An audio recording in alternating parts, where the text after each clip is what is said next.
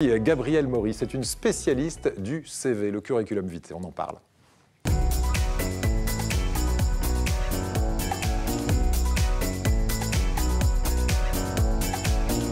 Bonjour Gabrielle, merci d'être avec nous. Vous êtes formatrice à l'AFPA. Vous allez nous donner vos trucs, vos astuces pour mettre tous les atouts de notre côté lorsque l'on remet à jour ou que l'on fait pour la première fois un CV. Mais juste avant, regardez ceci. Oh, faut que je refasse mon CV, ça me saoule. Bah ouais, mais t'as pas le choix si tu veux décrocher un job. Du latin curriculum vitae, qui signifie joliment déroulement de la vie, le CV est devenu un passeport indispensable pour postuler à un emploi. Et votre CV va devoir être sacrément canon, car un employeur y consacre en moyenne 34 secondes. Alors, premier conseil, allez à l'essentiel. Que vous optiez pour un CV antéchronologique, c'est-à-dire où vous mettez vos expériences de la plus récente à la plus ancienne, ou que vous fassiez un CV thématique, là, vos expériences sont regroupées par catégorie, soyez concis et clairs. 1 ou 2 pages max. Vous développerez vos expériences dans votre lettre de motivation ou au cours de votre entretien. Deuxième précieux conseil, adaptez votre CV au poste auquel vous postulez. Faites le tri dans vos expériences et vos compétences et mettez-vous à la place du recruteur. Pas la peine de préciser que vous avez été cordonnier si maintenant vous êtes plombier. Troisième conseil, ne cherchez pas l'originalité à tout prix. Bannissez les hobbies trop décalés ou les photos trop olé olé. Enfin, inutile d'attendre des semaines la réponse, le délai moyen est de 12 jours. Relancez ou partez sur une autre piste. Le CV, ça va vite ou pas? Voilà, donc le CV, au bout de 12 jours, s'il n'y a pas de réponse, généralement, c'est pas bon signe, vous nous le confirmez. Oui. Et 34 secondes, c'est en moyenne le temps que passe un recruteur. Bon, bah, tout ça, ça veut dire qu'il va falloir être hyper efficace. Alors, pour bien réussir son CV, que doit-on faire d'abord? Obligatoirement figurer dans ce CV? Alors, CV dit stratégie. Stratégie dit aussi outil de prise de décision. Qu'est-ce qu'il faut faire apparaître, notamment ce qui permet d'être rappelé. Son prénom, son nom, son mail et puis son numéro de téléphone. J'ai quand même eu des exemples, plutôt, on en rit après, mais des personnes qui ont envoyé leur CV en disant « mais j'ai pas de retour ».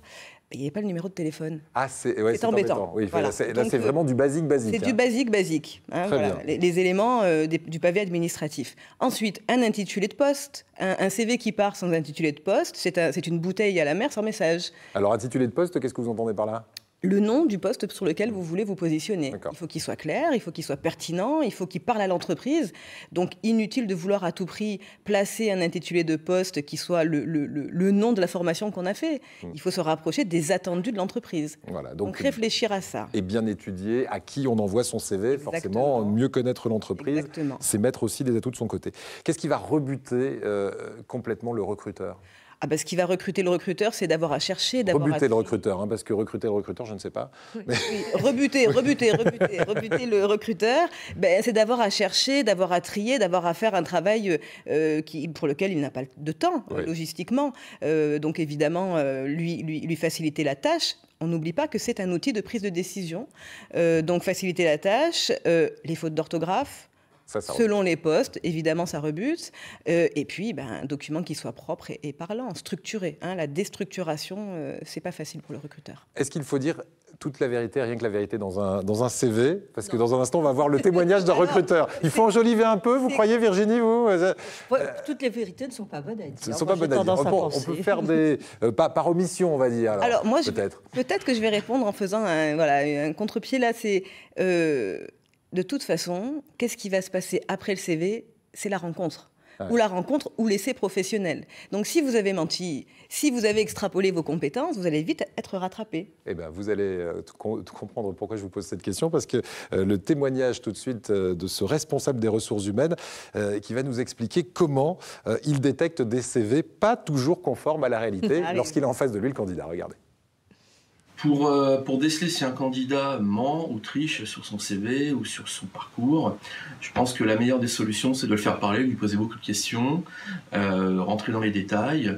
S'il ment, à un moment donné, fatalement, il va douter, il va se déstabiliser, il ne dira pas deux fois la même chose. Voilà. Deuxième méthode qui est beaucoup plus technique, avec l'avènement des réseaux sociaux, et notamment les réseaux sociaux professionnels, c'est de recouper son parcours, ses expériences, ce qu'il dit, avec ce qu'il fait apparaître sur ses profils. Car autant on peut tricher sur un CV, autant il est difficile de tricher sur un profil, car il est visible de ses collègues, de sa hiérarchie. Voilà. Eh oui. Et on est en plein dedans, c'est dans l'actualité. On revient au problème des réseaux sociaux, on raconte tout et n'importe quoi. C'est ça, et puis les réseaux sociaux qui permettent aussi maintenant aux contrôleurs des impôts aussi de parfois nous taxer. Donc là, l'employeur, ça fait bien longtemps qu'il va sur Facebook, qu'il va sur les réseaux pour voir un petit peu notre profil, et ça paraît logique à l'ère à laquelle on vit.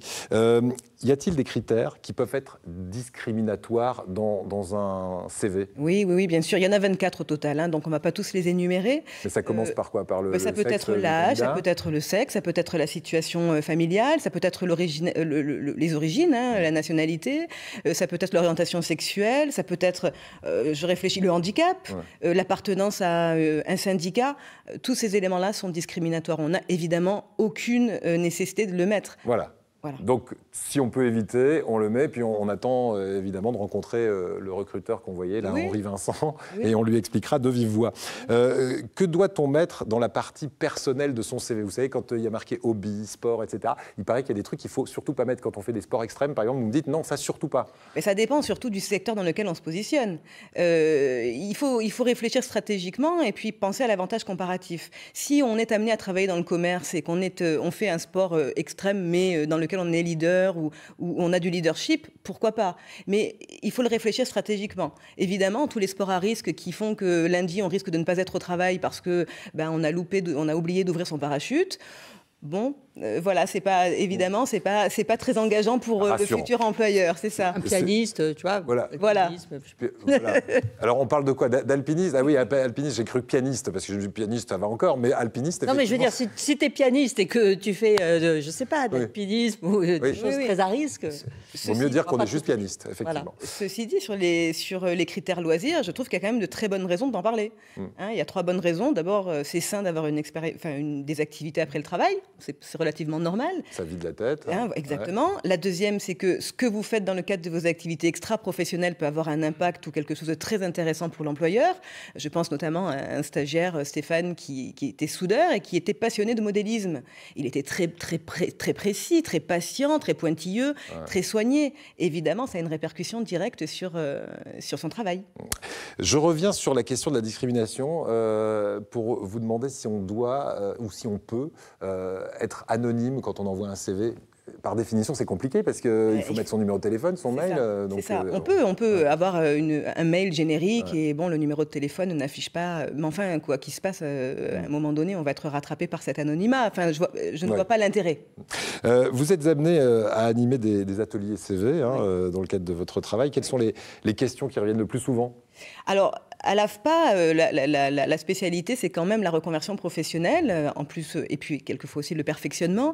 Ça veut dire que les personnes arrivent avec déjà une expérience passée, une maturité professionnelle, des bagages, des acquis, des compétences, et le fait de redémarrer leur fait penser qu'ils sont débutants. Ils sont débutants, mais être débutant n'est pas contraire à être professionnel. Donc la question qui revient systématiquement, c'est « oui, mais je débute, du coup on ne voudra pas de moi ». Ce qui est faux. On se dévalorise. Donc, la première chose, c'est être conscient de ses qualités et rechercher à chaque fois ses qualités. Complètement. Et compétences. Quelle est l'erreur la plus répandue ? Vous avez un exemple, vous m'avez dit le bûcheron québécois. Expliquez-moi, c'est quoi l'erreur du bûcheron québécois ? Alors, le bûcheron québécois, Vincent, que j'ai rencontré hier, qui est ouvrier du génie écologique, a déjà, lui, une expérience dans le secteur forestier, par exemple. L'idée de ne peut-être pas parler de cette expérience, c'est dommage, c'est une erreur. Dans la mesure où c'est une compétence transverse et qu'il est tout à fait intéressant de s'appuyer sur ce qui est déjà là. Je parlais tout à l'heure de maturité professionnelle, d'acquis. On arrive avec des valises de compétences qui seraient intéressantes de valoriser pour capitaliser vis-à-vis de l'employeur et du nouveau poste sur lequel on souhaite se positionner. D'accord, donc même si on postule pour un poste qui n'a pas grand-chose à voir avec ce qu'on faisait avant, on le mentionne parce que ça peut avoir pour l'employeur un intérêt. On le mentionne et surtout on détecte les compétences dites transverses. Qu'est-ce que j'ai fait dans cet ancien métier qui peut être un point positif ou m'apporter du plus par rapport à ce nouveau métier ? Le boulanger qui rencontre de la clientèle tous les jours, qui gère ses contacts, apporte ses fournisseurs, son stock, qu'il soit boulanger, cordonnier ou responsable de magasin, mais il a des compétences transverses. Merci beaucoup Gabrielle Maury. Pour trouver de bonnes formations en CV, j'imagine qu'on peut vous contacter, mais ça se trouve assez facilement sur Internet, des ateliers, on en trouve très régulièrement. Oui, il y a beaucoup de littérature au sujet du CV. Je voudrais juste rajouter une chose. Je trouve qu'il est dommage de dire qu'il n'y a qu'une seule et bonne manière de faire. Il y a autant de CV que de personnes, de personnalités et d'entreprises. Ouais. Donc il faut aussi y mettre sa patte. Voilà. Et se dire que sur ces 34 secondes que l'originalité sur un CV, ça passe bien finalement selon les entreprises. Selon les entreprises, selon les secteurs. Secteur informatique, web design, marketing, on appréciera. Il ne faut pas hésiter. Voilà. Très bien. Eh bien, écoutez, parfait. Merci beaucoup, Gabrielle Maury.